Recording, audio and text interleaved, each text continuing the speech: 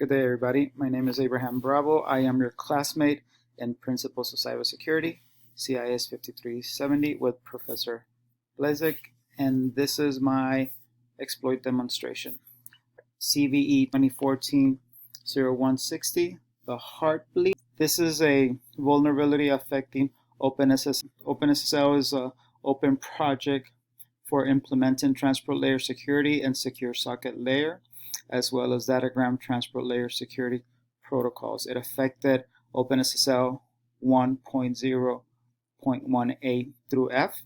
The bug is in the RFC 6520 mechanism, the Heartbleed extension, which works into SSL and TLS protocols on servers. So the way it works is the Heartbleed is a message sent from the host client to the server with a specific data and size that reaches the server, and then the server returns it back, the same heartbeat, to the host. It returns back the same data and the same size. The heartbeat is a check to see if the server is still active or if the communication is still active, so the interaction between the host and the server can continue. The bug was discovered in April of 2014. It was discovered by David Chartier and Neil Mehta from Condenomicon and Google, respectively. The interesting part is they found it almost simultaneously. So by no means is this my discovery. I did not discover or was involved in the discovery of this vulnerability. It was actually suggested by one of our peers for me to use the Heartbleed as a demonstration. I was working on demonstrating how to log into Apple devices without having a user account, an iTunes account, or an unlock code. Stay tuned, that video will probably be posted in semester break. So back to CVE 2014-0160. I find it interesting that 6 years after it was discovered, the vulnerability still remains relevant. So why is it relevant after 6 years? It's simple. It's relevant because the Heartbleed breach leaves no traces. It's hard to discover because the bug was introduced into the code. It's deep in the code of the OpenSSL.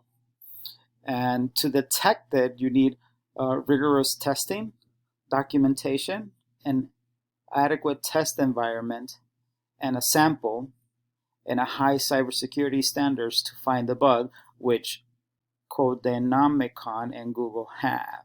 So the Heartbleed OpenSSL vulnerability, it's the cryptographic software that is used by most softwares that require an implementation of SSL TLS for secure and private communication via encryption. Some of the applications that use this type of service are websites, secure websites, instant messaging, video conferencing, VPNs, banking sites, third-party applications, service providers, just to mention a few. Now, how is the Heartbleed possible? The Heartbleed, what it does, it reads a portion of the server memory and potentially reveals user data. The user data is not limited. Private keys, password, open documents, or encryption keys. It could be any data that's sitting in memory. What does the bug look like? It's memcpy, bppl, payload. The bug broken down is memcpy is the command that copies the data. BP is the location on memory, the server memory. PL is where the Heartbleed size will be copied, which the data is copied from server memory, and payload is the length of the data being copied. So why does it happen? It's simple, because there's never an attempt to check if the amount of data in the PL portion of the Heartbleed is equal to the value given to the payload. So the regular Heartbeat is very simple. There's a secure tunnel connection between Mrs. Alderson's computer. She's logged on and interacting with a server that's hosting her G drive, email files, her e-wallet, and a few smart devices. the payload of those communications, of those heartbeat communications, would be 10 KB, 12 kilobytes, of a total of 22 kilobytes that are stored in server memory, indicated here in the purple font. And it's memory, so it moves the information to an available cluster or sector. And then when the heartbeat comes across, it returns back to Ms. Alderson's computer the same data with the same payload size. That's the heartbeat. The heartbleed, on the other hand, is Ms. Alderson's computer session or tunnel has been hijacked, and it's the same data, her server, hosting G drive, email, files, wallet, but instead of the original size, the legitimate size of 10 KBs and 12 KB respectively, the heartbleed increases the payload to 25 KB, 35 KB of a total of 55 KB versus the original size of 22 KB. So now all this extra space is in memory and is occupied at different clusters and different sectors, and the heartbleed copies the extra 33 kilobytes of data into the heartbleed message at random, represented here in the red text. You know, it might leave a little information out, represented here in the purple text, and then it returns the heartbleed payload already compromised to the compromised connection. So how many servers were affected is a good question, and it was my first question, is I wanted to know. In 2014, when it was discovered 2 years after it was introduced, it was estimated, according to Shodan, that over 800,000 servers were infected. By 2015, the number dropped to about a quarter. By 2017, we had a smaller drop of around 180,000 servers still vulnerable. By 2019, there were under 100,000 servers still reported that were vulnerable to the heartbleed. And in 2020, sad to say, we are still bleeding. The heartbleed vulnerability is still relevant. Why is it relevant? Why 6 years after it, what a simple solution to patch is still relevant? It's still relevant because IoT devices have no firmware to upgrade. The data and the code is embedded, so it's hard to upgrade. Small companies just don't want to upgrade. You know, they don't see the need, or they're negligent. Since OpenSSL is an open source code, you can customize it to fit the needs of your products. So some of these smaller companies that have products might not have the infrastructure to push a patch to the devices, or might not have the means to do it without having to overhaul the entire code. And in other cases, just some companies have a favorable risk assessment. You know, their risk assessment is low, so they just don't do it. So who was impacted? The impact was felt globally. Major companies that were impacted were service providers, Korean Telecom, Amazon, Alibaba, Comcast.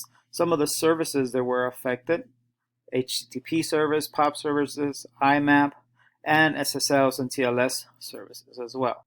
So how do we know that our sites are vulnerable, or how do we patch? How do we check? Well, there's a few simple ways to do it, and I show it here in this lines of code. It's a quick echo quit command that you can run on terminal, and it looks a little something like this. Now let me open my terminals, and for this demonstration I need two things. I need IP addresses of my secondary virtual machine, and then I need my main virtual machine to show. So to start, I already ran the codes. I already confirmed that I have OpenSSL version installed. So I'm just going to run through the demonstration and show the code fairly quick. So just confirm that I have OpenSSL installed. I am going to run an nmap on port 443. See what comes up. Nothing comes up. But since I already have the IP address for my secondary virtual machine, I can run a different type of nmap command, which says nmap -p on port 443. and I know it's a 10.0.2.1, so I just wanted to show me 50, no more than 50 connections or IP addresses being used in this network address, port 443. And it runs, and it shows me a list of machines. It says I have 4 machines. It shows me the status as well. I'm going to open our Python code and try to check how to run vulnerability scans for Heartbleed. It looks something like this, just for a better view. So this is the code in a better view. This code is from openssl.org. Lines 25, test for the servers that you're running for SSL vulnerability. Line 26, test for port 443 vulnerability. Lines 31 to 35 are the lines of code for different versions of SSL that are vulnerable to Heartbleed. Lines 37 to 56 initiate the heartbeat message to test on.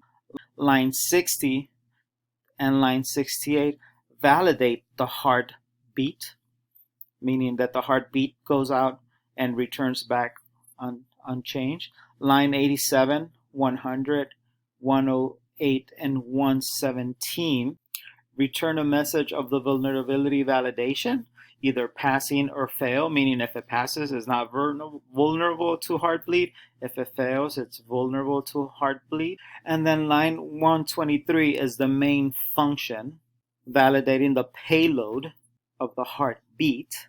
And 128 is the argument testing the version of OpenSSL for the vulnerability. It's a vulnerability scan via the heartbeat. So that's the code. Let me show you how to run this code. Here it is. You can type echo quit OpenSSL client, and you can type in your favorite URL or the not so commonly used free URL. In this case, I'm going to type the URL for a farmer's market. It returns a command, and then another one. I'm going to run another one just for demonstration purposes. I'm going to go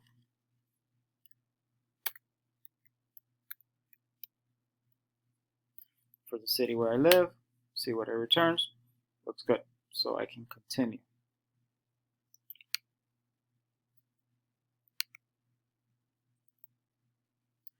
So how do we control, how do we mitigate this vulnerability? Well, since it's server-based, it has to be server mitigation. What can we do to aid the server mitigation? We can ask our users to create new passwords. As server owners, managers, or security administrators, we should update to an OpenSSL version that is not compromised. We should reissue new private keys. This prevents an attacker who already has exploited keys to use them, spy on them, and read encrypted information. We should reissue new certificates, security certificates. This will prevent spoofing. We can run a code to fix the payload, to check for the payload on our compromised servers.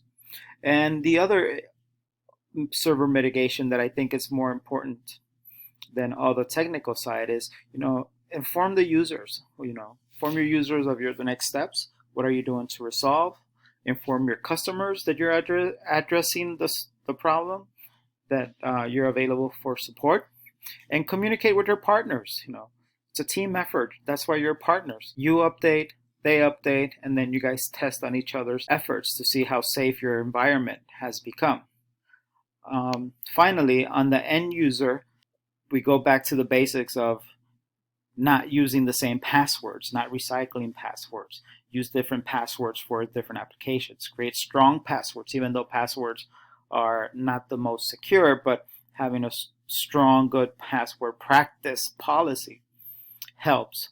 Also, implement two-factor authentication when possible. Another practice that I suggest: clear your browsing history or browse in incognito mode. Vast majority of the popular browsers have a 3-key combination to implement incognito mode browsing. One of my favorites and one I use often is use the onion. It's no harm done. Use the onion. And if you don't want to do any of these and you just want to make sure the site is legitimate or is not vulnerable to Heartbleed before you visit the site, go to the Northern website. They have a website that helps you verify it if the site you want to visit is vulnerable to Heartbleed or not. And it looks like this. It's the link. The site is right here. This is what the site looks like. You can just type a URL,